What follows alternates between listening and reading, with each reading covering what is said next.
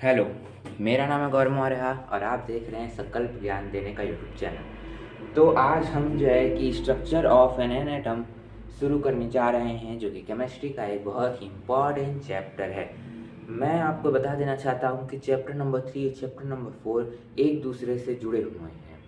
जैसा कि आपको पता है, जो जॉन डाल्टन थे, जॉन डाल्टन ने अपनी कुछ एटॉमिक थ्योरी दी थी। उनके एटॉमिक थ्योरी के अनुसार जो एटम है वो इंडिविजिबल है, मतलब एटम को हम और विभाजित नहीं कर सकते हैं। लेकिन जैसा कि आप जानते हैं, एटम को और विभाजित किया जा सकता है।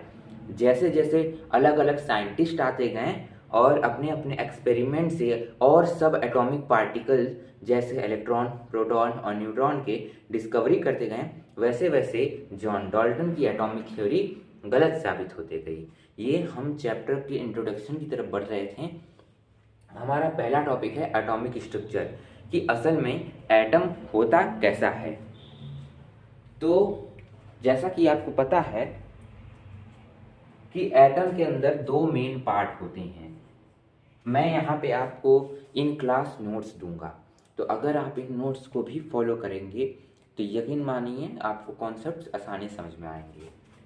तो जो होता है atom, an atom has two main parts. एक एटम के दो मेन पार्ट होते हैं। वो दो मेन पार्ट कौन कौन से होंगे? सबसे पहला तो आपका होगा न्यूक्लियस, और दूसरा क्या होगा? Outer part. न्यूक्लियस और आउटर पार्ट। देखिए, हमें इन दोनों के बारे में पढ़ना है कि ये दोनों क्या होते हैं। उसके बाद धीरे धीरे हम सब एटॉमिक पार्टिकल की तरफ बढ़ेंगे, एक एक के बारे में जानेंगे, कैसे उसकी डिस्कवरी हुई वो भी जानेंगे। और उसके बाद फिर हम एटम के 3 मॉडल, आपके एनसीईआरटी ने बताया है कि 3 मॉडल आपको पढ़ने हैं। उन तीनों मॉडल को भी हम एक एक करके पढ़ेंगे। तो वीडियोस, 2-4 वीडियो में हम 2-4 लेक्चर में हम इस चैप्टर को वाइंड अप करने की कोशिश करेंगे। तो चलिए शुरू करते हैं। सबसे पहले है आपका न्यूक्लियस। तो न्यूक्लियस क्या होता है? तो दोस्तों, न्यूक्लियस सेंटर में लोकेटेड होता है। मान लीजिए ये आपका एटम है। इस एटम के बीचों बीच एक बहुत ही पावरफुल, क्या, बहुत ही पावरफुल स्पीसीज है, पार्टिकल है, उसको हम कहते हैं न्यूक्लियस। ये बहुत छोटा होता है, बहुत पावरफुल होता है, और आपके एटम के सेंटर में ये मौजूद होता है। ये 3 बातें आपको जाननी जरूरी हैं। आपके न्यूक्लियस के अंदर 2 चीजें रहती हैं। एक रहता है प्रोटॉन, दूसरा रहता है न्यूट्रॉन। प्रोटॉन आपका पॉजिटिवली चार्ज होता है और न्यूट्रॉन पे कोई भी चार्ज नहीं होता। अभी आपको इतना ही जानना है, बाकी हम जानेंगे कि क्यों इस पे चार्ज नहीं होता है, किसने इसकी डिस्कवरी की थी, सब हम बाद में जान लेंगे। उसके बाद देखिए, न्यूक्लियस के अंदर ये दोनों रहते हैं। कौन रहता है? प्रोटॉन और न्यूट्रॉन। और न्यूक्लियस सबसे पावरफुल है। इसका मतलब क्या है कि ये दोनों भी जो है कि काफी पावरफुल होंगे, क्योंकि ये न्यूक्लियस के अंदर ही है। दूसरी बात, इन दोनों को जब हम साथ में मिलाएंगे तो इनको हम कहते हैं न्यूक्लियॉन्स। इनको हम कहते हैं न्यूक्लियॉन्स, यानी कि ऐसे सब्सटेंस जो न्यूक्लियस के अंदर मौजूद होते हैं, उन्हें हम क्या कहते हैं? न्यूक्लियॉन्स। और 2 सब्सटेंस हैं, एक है प्रोटॉन, एक है न्यूट्रॉन, जो कि न्यूक्लियस के अंदर मौजूद होता है। अब आइए देखते हैं आउटर पार्ट। लेकिन आउटर पार्ट को जानने से पहले एक बात और जान लीजिए कि जो आपका पूरा ये है एटम है, ये लगभग वैकेंट है, खाली है, ये स्पेस खाली है। बीच बीच में इलेक्ट्रॉन जो है कि अपना घूमते रहते हैं, बाकी स्पेस खाली है, वैकेंट है स्पेस। तो जो इलेक्ट्रॉन है उसका मास जो है कि काफी कम होता है, उसका मास काफी कम होता है। इसीलिए जो पूरे एटम का मास है वो लगभग लगभग न्यूक्लियस के अंदर, न्यूक्लियस के सेंटर में केंद्रित रहता है, उसके सेंटर में मौजूद रहता है। और सेंटर में कौन है? न्यूक्लियस। न्यूक्लियस में क्या है? प्रोटॉन और न्यूट्रॉन। तो हम क्या कह सकते हैं कि प्रोटॉन और न्यूट्रॉन का मास अगर हम जोड़ दें तो हमें न्यूक्लियस का मास मिलेगा, और अगर हमें न्यूक्लियस का मास मिल गया तो हमें पूरे एटम का मास मिल जाएगा। देखिए, एटम का मास जैसे कि ये आपके इलेक्ट्रॉन्स घूम रहे हैं, इलेक्ट्रॉन का मास बहुत कम है, इसीलिए हम इसको जो है कि लेते नहीं, जोड़ते नहीं हैं।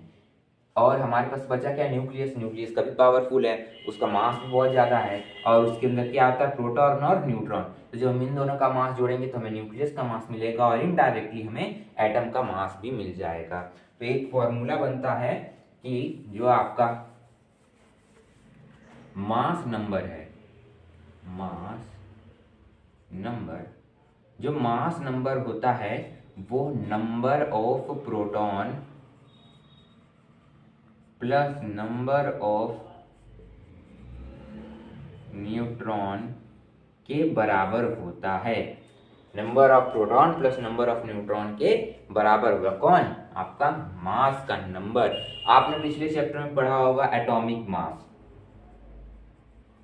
तो ये रिलेटिव मास होता है जो कि 1/12 ऑफ कार्बन 12 एटम के मास के बराबर होता है। तो ये तो पिछले चैप्टर की बात है, पिछले चैप्टर के वीडियो में हम अच्छे से डिटेल में समझे थे। ये देखिए, ये है मास नंबर, कभी कंफ्यूज मत होइएगा, ये मास नंबर है और वो एटॉमिक मास था। तो ये number of proton plus number of neutron से मिलके बनता है। अब आइए चलते हैं आउटर पार्ट पे। दूसरा क्या था इसी में, आउटर पार्ट। आउटर पार्ट देखिए, जान लेते हैं क्या है। मैंने आपको बताया कि सेंटर में क्या है, न्यूक्लियस, तो उसके बाहर का जो बच गया वो क्या आएगा, आउटर पार्ट के अंतर्गत आएगा। तो दोस्तों आउटर पार्ट में आपके आते हैं इलेक्ट्रॉन्स। कौन आता है, इलेक्ट्रॉन्स। जो इलेक्ट्रॉन्स होते हैं वो न्यूक्लियस के, किसके, न्यूक्लियस के चारों तरफ चक्कर लगाते रहते हैं। इन्हें हम क्या कहते हैं, इलेक्ट्रॉन्स। इलेक्ट्रॉन्स न्यूक्लियस के चारों तरफ क्या करते हैं, रिवॉल्व करते हैं, ठीक है। और ये क्या होते हैं, निगेटिवली चार्ज्ड स्पीशीज होते हैं, और इनका मास कम होता है। इनके मास को हम निग्लेजिबल यानी कि ना के बराबर मानते हैं, इसीलिए इसको हम मास नंबर में भी काउंट नहीं करते हैं। अब देखिए, किसी भी एटम में, जान लीजिए, किसी भी एटम में आपके जो इलेक्ट्रॉन्स हैं वो किस तरीके से डिस्ट्रीब्यूट हैं, किस तरीके से अरेंज हैं, यानी कि द अरेंजमेंट और distribution of electron in an atom is known as electronic configuration. मतलब कि हम यहाँ लिख देते हैं द अरेंजमेंट और distribution of electron in an atom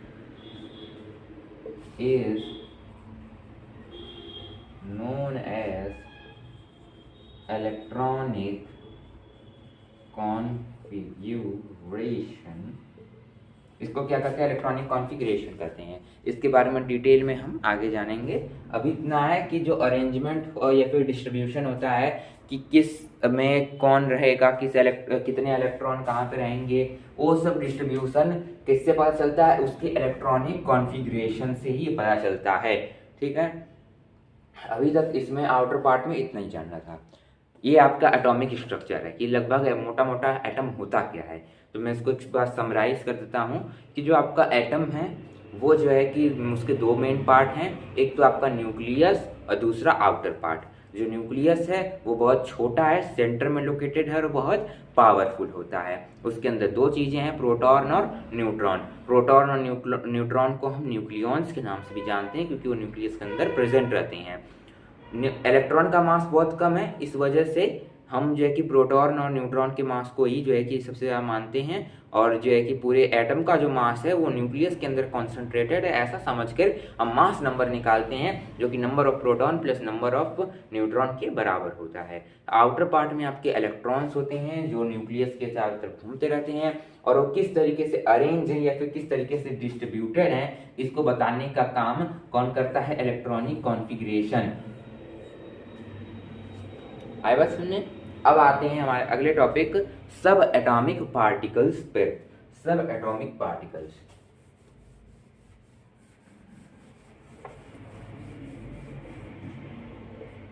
यदि बनाइए सब एटॉमिक पार्टिकल। ये सब एटॉमिक पार्टिकल्स क्या होते हैं? वेरी सिंपल, सब एटॉमिक, आपको पता है एटॉमिक क्या? एटम। तो जो एटम के अंदर पार्टिकल मौजूद हैं उन्हें हम कहते हैं सब एटॉमिक पार्टिकल। इनको हम फंडामेंटल यूनिट ऑफ मैटर भी कह सकते हैं। क्या कह सकते हैं? Fundamental unit of matter. और इनको सब एटॉमिक पार्टिकल के रूप में भी जाना जाता है। ये क्या क्या होते हैं? ये आपका एक होता है इलेक्ट्रॉन, जिसको हम ऐसे डिनोट करते हैं ई से। दूसरा होता है आपका प्रोटॉन, पी से। फिर आता है आपका न्यूट्रॉन, एन से। ठीक है, अब इनकी डिस्कवरीज के बारे में जरा जान लेते हैं हम लोग। देखिए, तो जो आपका इलेक्ट्रॉन है इसकी डिस्कवरी आपके जे थॉमसन जी ने की थी। किसने की थी? जे थॉमसन ने की थी। कैसे की थी? कैथोड रे एक्सपेरिमेंट से की थी। कैथोड रे एक्सपेरिमेंट क्या होता है आपको क्लास 11 में जानने को मिलेगा। आप ये जान लीजिए कि कैथोड रे, एनसीईआरटी ने आपको इसके हटा दिया है। एक्सपेरिमेंट से इन्होंने इलेक्ट्रॉन की डिस्कवरी की थी। और किसने की थी? J Thomson, Joseph John Thomson इनका फुल नेम है। प्रोटॉन की डिस्कवरी आपका ई गोल्डस्टीन ने की थी। किससे की थी? कैनाल रे एक्सपेरिमेंट से इन्होंने इसकी डिस्कवरी की थी। न्यूट्रॉन की डिस्कवरी किसने की थी? ये आपके किए थे जेम्स चैडविक ने किया था। ठीक है, अब एक एक करके सबके बारे में जान लेते हैं कि किसका क्या नाम है, क्या चार्ज है, कैसे क्या है। आइए, सबसे पहले इलेक्ट्रॉन। कैथोड रे एक्सपेरिमेंट से जे थॉमसन ने इसे क्या की थी? डिस्कवरी की थी। इलेक्ट्रॉन को हम ई से डिनोट करते हैं, जैसा कि मैं वहां पे लिख चुका हूं। ये और ये क्या होता है? निगेटिवली चार्ज होता है। क्या होता है ये? निगेटिवली चार्ज होता है। और क्या हम जान सकते हैं कि इसके ऊपर चार्ज होता है 1.6 इंटू 10⁻⁻19 कूलम। ठीक है, इसका जो आपका मास होता है वो होता है 9 इंटू 10⁻31 केजी। 9 into 10⁻31 KG. ये इलेक्ट्रॉन की आत्मकथा है। किसकी आत्मकथा है? इलेक्ट्रॉन की आत्मकथा है। इसका डिनोट किससे करते हैं? ई से। निगेटिवली चार्ज होता है। चार्ज कितना होता है? 1.6 इंटू 10⁻⁻19। मास कितना होता है? 9 इंटू 10⁻31 केजी। ये कुछ बातें थी इलेक्ट्रॉन के बारे में। अब आइए जरा प्रोटॉन के बारे में भी जान लेते हैं कि ये होता क्या है।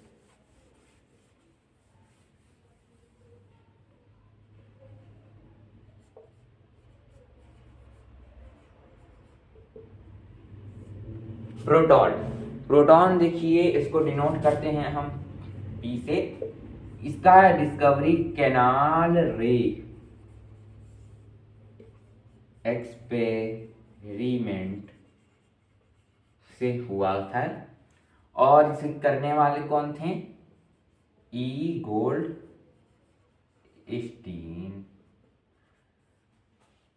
सेंटर में न्यूक्लियस के अंदर प्रोटॉन नहीं, इन्होंने नहीं बताया था। किसने बताया था? रदरफोर्ड ने, अर्नेस्ट रदरफोर्ड ने बताया था कि जो प्रोटॉन है वो सेंटर में न्यूक्लियस के अंदर लोकेटेड है। और ई गोल्डस्टीन ने इसकी डिस्कवरी की थी कि एटम के अंदर भी जो है कि आपका प्रोटॉन वगैरह होता है, पॉजिटिव चार्ज होता है। और इसके ऊपर भी चार्ज 1.6 इंटू 10⁻⁻19 कूलम का होता है। ठीक है, और इसका मास आपका होता है 1.6 इंटू 10⁻⁻27, जो कि उससे कम है। किससे कम है? इलेक्ट्रॉन से कम है। ठीक है, और ये पॉजिटिवली चार्ज है। नहीं लिखा हूं, लिख देते हैं। पॉजिटिवली चार्ज है। आएगा समझ? आइए अब आते हैं न्यूट्रॉन पे। न्यूट्रॉन तक हम रखेंगे, उसके बाद आज की क्लास को यहीं पे खत्म करेंगे। न्यूट्रॉन देखिए, ये भी एक सब एटॉमिक पार्टिकल है जिसकी डिस्कवरी हाल ही में 1932 में श्री जेम्स चैडविक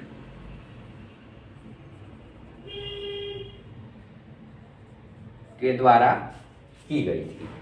इन्होंने बताया था कि न्यूट्रॉन जो है कि न्यूट्रल होता है, यानी इसके ऊपर कोई चार्ज नहीं होता, तो चार्ज इसके ऊपर 0 है और इसका मास भी प्रोटॉन के मास के बराबर 1.6 × 10⁻⁻27 kg होता है। ठीक है, और इसको डिनोट हम करते हैं n से।